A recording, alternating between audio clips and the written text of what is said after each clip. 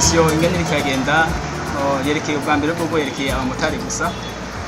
Abamotari barashika ngaha mu ambasaderi ngaho uzirukira Bankobu akamusigurira ingene iyo Mcash ikora, kuvuga ko Mcash ni produit ya Bankobu.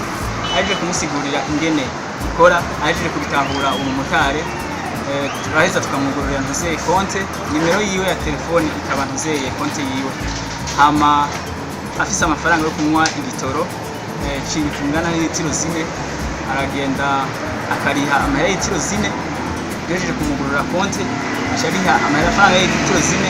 Hariho umukozi wundi ngaho oye seruke nyene Bankobu ashamushiramo amafaranga y'itiro 4 ayaba murisha muri Mcash. Hama umumuza akamuha ama electronique angana nayo mafaranga aba murisha. Aje kumurira acagenda umukomplice nawe acagenda amushiriramo inuzeye litiro 5. Nukuvuga iyo litiro ya 5 ikirihwa na Bankobu. Nukuvuga ari wundi mukozi wa Bankobu aca mongereramo amafaranga y'ilitiro 1, aca rihumva amalitiro 5. Nukuvuga ama litiro kandi ntiba birangiye. Bihejeje no iyo promosiyo yatanguye hirya yeje kazoshika kwa Mungu.